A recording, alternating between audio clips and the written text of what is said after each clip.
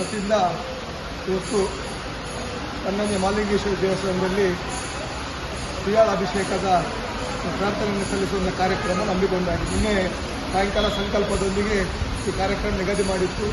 ಸಾಯಂಕಾಲ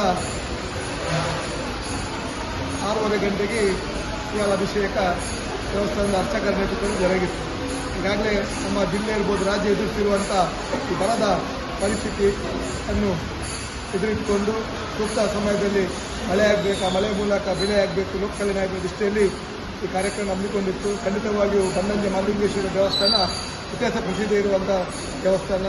ಮಧ್ವಾಚಾರ್ಯರು ಕೃಷ್ಣನನ್ನು ಕೃಷ್ಣ ಮಠದಲ್ಲಿ ಸ್ಥಾಪಿಸುವ ಸಂದರ್ಭದಲ್ಲಿ ಒಂದು ದಿನ ಮಾಲಿಂಗೇಶ್ವರ ದೇವಸ್ಥಾನದಲ್ಲಿ ಪ್ರತಿಷ್ಠೆ ಮುಂಚಿತವಾಗಿಟ್ಟು ಪೂಜೆ ಮಾಡಿದ ಇತಿಹಾಸ ಈ ಕನ್ನಂಜ ಮಾಲಿಂಗೇಶ್ವರ ದೇವಸ್ಥಾನ. ಅದರಿಂದಾಗಿ ರುದ್ರನ ದೇವಸ್ಥಾನದಲ್ಲಿ ಯಾವತ್ತು ನಾವು ಸಂಕಲ್ಪ ಶುದ್ಧದಿಂದ ಮಾಡಿದರೆ ದೇವರು ನಮಗೆ ವರವ ನೀಡುತ್ತೆಂಬುದಕ್ಕೆ ಸಾಕ್ಷಿ.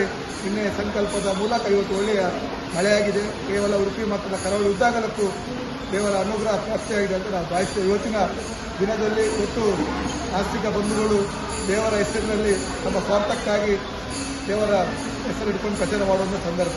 ಆದರೆ ಪ್ರಕೃತಿ ಮುನಿದರೆ ಮನುಷ್ಯನ ಆಟ ಯಾವುದೇ ಎದುರು ಸಾಧ್ಯವಿಲ್ಲ ಎಂಬುದನ್ನು ಕಳೆದ 1 ತಿಂಗಳಲ್ಲಿ ಈ ಪ್ರಕೃತಿಯ ಮುನಿಯುವ ಒಂದು ಸಂದರ್ಭ ನಮ್ಮ ಕಣ್ಣೆದುರಿದೆ. ಅದರಿಂದಾಗಿ ಪ್ರಕೃತಿಯ ವಿರುದ್ಧ ನಾವು ಯಾವತ್ತೂ ಹೋಗಬಾರ್ದು ದೃಷ್ಟಿಯಲ್ಲಿ ದೇವರ ಹತ್ರ ಈಗಾಗಲೇ ನಾವು ಸಂಕಲ್ಪ ಮಾಡಿದ್ದೇವೆ. ಖಂಡಿತವಾಗಿಯೂ ನಿಮಗೆಲ್ಲರಿಗೆ ಭಾಳ ಸಂತೋಷ ಉಂಟು.